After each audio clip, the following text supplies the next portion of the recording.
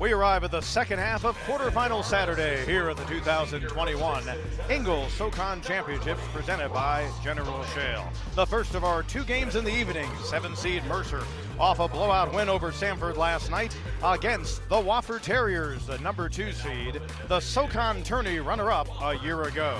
Earlier today, the Citadel and UNCG went back and forth in the second half. Eventually, the regular season champion Spartans move on. ETSU and Chattanooga. That was a tightly contested ball game between rivals from the state of Tennessee. Eventually, the Bucks move on to the 10-point win.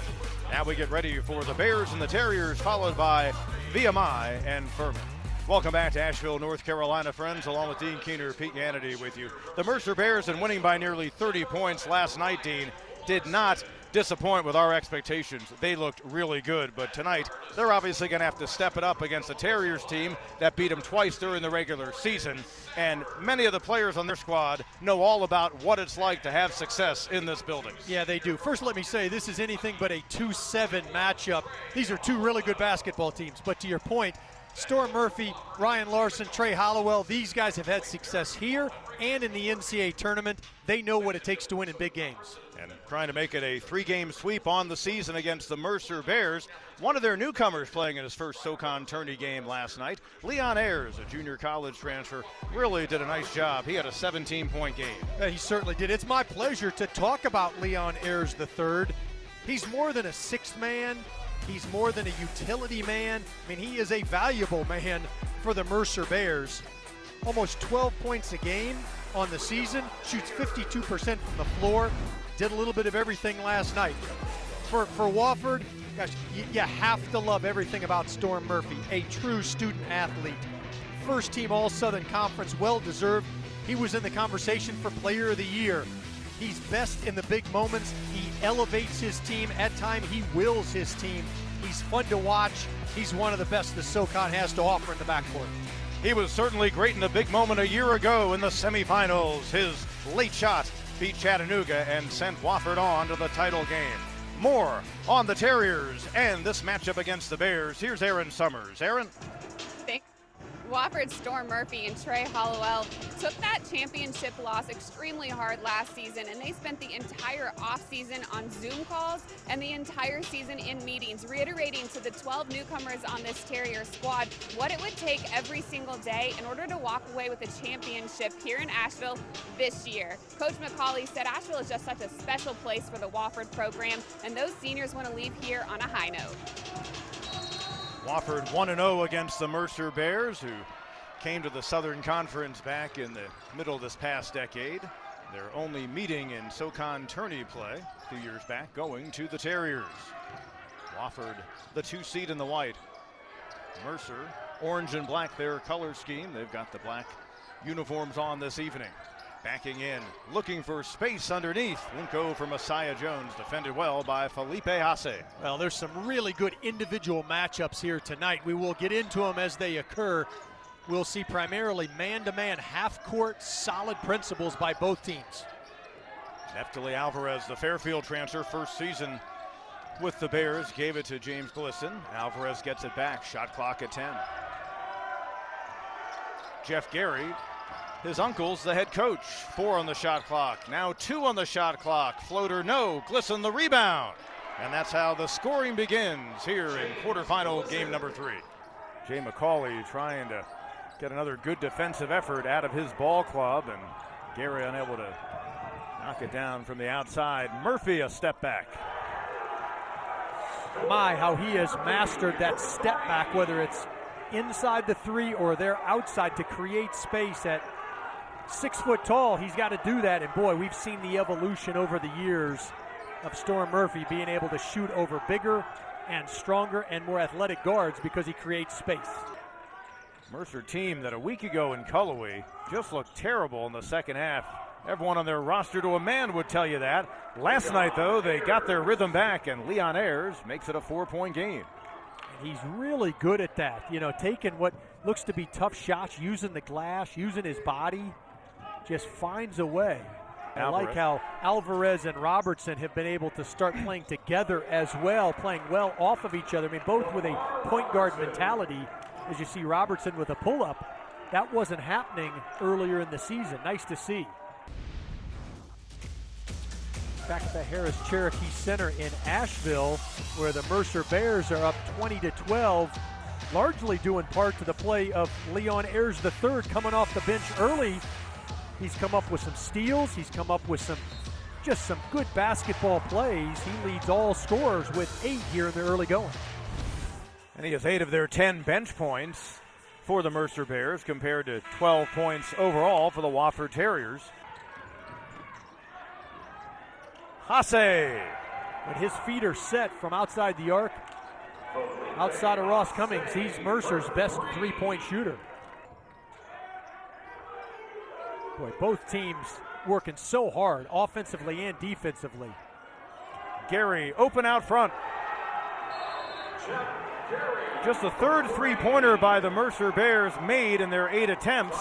They're on an 8-0 run over the past 119. The fact they lead by 15, it just seems like they've been hitting more threes. Overall, it's a 15-3 run. Ross Cummings and the Bears trying to extend their season.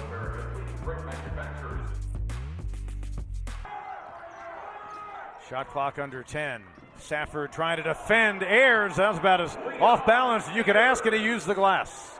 And he goes about it, just doesn't say anything. I love everything about his game by the Wofford Terriers. And if you want to feel good about yourself going in to half up double digits, Mercer, you'd be wise to really take some time to get good shots. First foul on Jones, 5 for the Terriers glisten.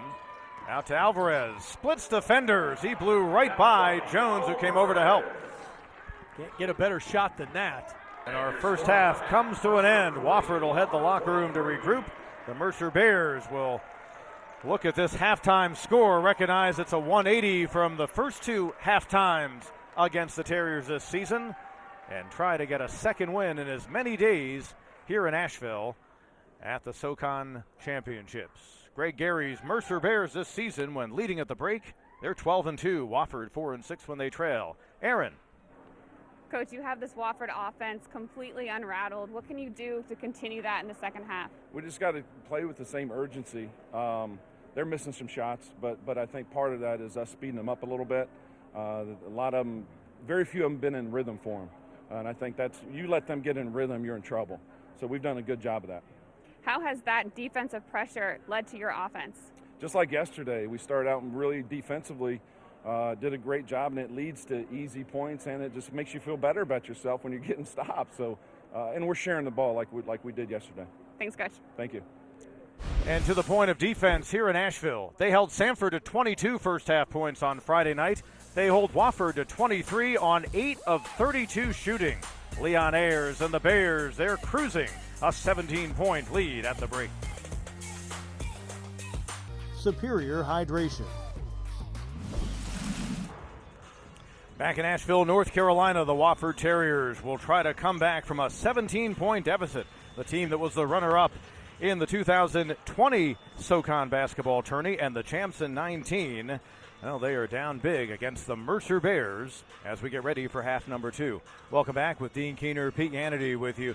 You can often look at a stat sheet at halftime. It generally will tell the story. Sometimes it doesn't. But when you look at the shooting percentages and the fact that Mercer doubled what Wofford did from the field, that's the tail of the tape in this one. It is. I mean, you don't have to look any further. 51% to just 25% for Wofford. And I thought what Coach Gary talked to Aaron about as he went back to the locker room, there was a great sense of urgency by his team, and that kept the Terriers out of rhythm. And when you can do that, you can have a lot of success, and then that leads to good offense. Now, the Bears are one of the best three-point shooting teams in the SoCon, but they were on the attack close to the basket, especially early on, and that really does tell a big story of why they've got a 17-point advantage. Yeah, they knocked down some threes. They knocked down 5 of them, but where they had their greatest success, again, was attacking the basket. And they did it in a variety of ways. They did it in transition. They did it in the half court.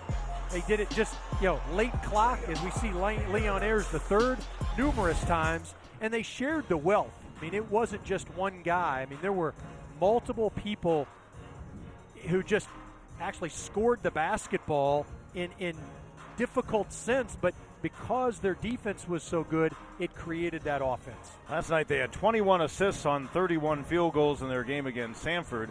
They have 7 assists so far on 17 field goals. Not too bad. A big reason why you see the numbers that you do. And the rebounding also will tell you a story. Overall, they've out-rebounded the Terriers 25-14 through that first half of action. You can't score the basketball unless you have the basketball. Let's send it over to Aaron. Thanks, Pete. Coach McCauley made it pretty simple. You can't look at the big picture. You have to take it one possession at a time, and that's getting back to playing Wofford offense. We need to get back into our rhythm and not allowing Mercer to get us so out of sync on the offensive end. He said the pressure that Mercer's been applying has made them a little bit rattled in this first half of the game, and then that's led to them playing poor defense on the other end. So it's just about getting back to what we do well. Jay McCauley, the Wofford coach, came into this game hoping to hold Mercer down around 40% from the field. He thought that might be the magic number for his team to be able to win this game. So they're going to have to go to plan B as far as getting back in this game and figuring out a way to slow down Ross Cummings and the Bears. That's a good start, and Murphy will bring it front court.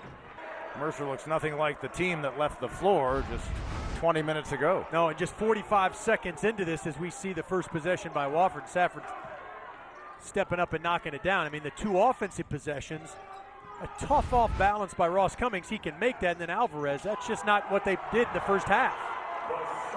Storm Murphy, 4.5 assists per game. Messiah Jones finishing, and Jones in the contest, couple of field goals, and Greg Gary does not like the vibe. Wofford out of the locker room. 5 quick points, 12-point game. Bears and the Terriers, quarterfinal game number 3. And now the offensive foul against Cummings. Aaron. Coach McCauley was clearly fired up during that last huddle. Really happy with how they started, but not happy enough. He wanted more from his team. He wanted them to continue with the intensity that they started the second half with, asking for more from his Terriers as this game goes on. Last night we saw the Citadel score 68 points in the second half. Perhaps another team from Palmetto State has a big final 20 minutes in store. Safford can't get it that time. Alvarez running it down. In the Division 2 to Division 1 transition, and really built this program to where it's at now. Wofford's past 2 head coaches have been promoted as assistants on the Terrier staff. Murphy over Hasse. Storm Murphy has 11. He's the first Terrier in double figures. Just trying to fight his way to the next media timeout. Still holding on to a 6-point lead. And he has 2 timeouts in his pocket. He really doesn't want to use one.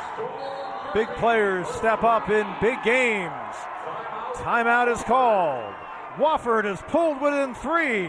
And Storm Murphy has his team on his shoulders as he so often has in his career. 19 points so far for the first team All-SoCon performer. We're in Asheville. We're at the Southern Conference Tournament. Does it surprise you? Storm Murphy stepping up. Make no mistake, both these teams are a bit winded, a bit tired, but there's no way that they're going to stop fighting right now. Only had 2 lead changes in this game. B.J. Mack, rugged, 6'8", ties us at 55. 8th time this season he's made at least 4 3-pointers in a Southern Conference game. He'll drive for 2. Jones to follow. Jones and Murphy have scored all but 10 of the Terrier points. Hasse on the other end. Soft touch for the big fella. A third second half tie, this time at 59. And that's the second time he's got that matchup with Ryan Larson.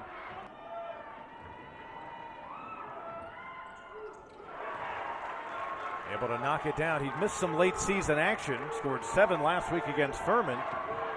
In our ball game tonight, those free throws give him 4 big points.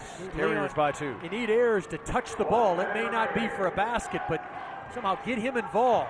Alvarez underneath Mack, and he gets the bounce and 1.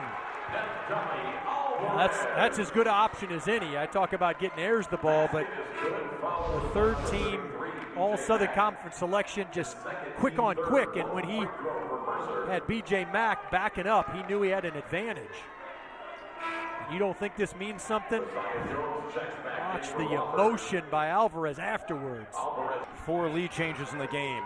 You see we're closing in on half a minute to go. Hollowell falls down, so does Cummings. Hollowell for the lead. Battle for the rebound. It comes down to Alvarez. Shot clock is turned off. Wofford has to foul. And Jones will reach in on Neftali Alvarez. And now they're trying to get a second win this weekend in Asheville. Our Geico play of the game. Boy, we've had our share, but Storm Murphy looked like it was disastrous for the Terriers. He got it to Ryan Larson. Well, when the Storm is involved, things become calm for Wofford. He knows exactly what to do when it's money time. Felipe Hasse, the South Carolina transfer. Front end of the 1-1, no good. Terriers have a chance for the win. Under 20 to go. Murphy, you see him coolly bring it into the front court. They've got a timeout if they need it. Keep the ball in Murphy's hands, let him make the decision. Terriers on a second straight Saturday, trying to get a late basket for a 1-point win. Alvarez knocked it away. Safford hit the winner last week. He fires, no good. And that's the game. Jay McCauley was calling for a timeout, pleading his case to Billy Dunlap. It wasn't granted, and the Wofford Terriers, the number 2 seed, have suffered an upset here in Asheville. Simply one of those games you hate for somebody to lose.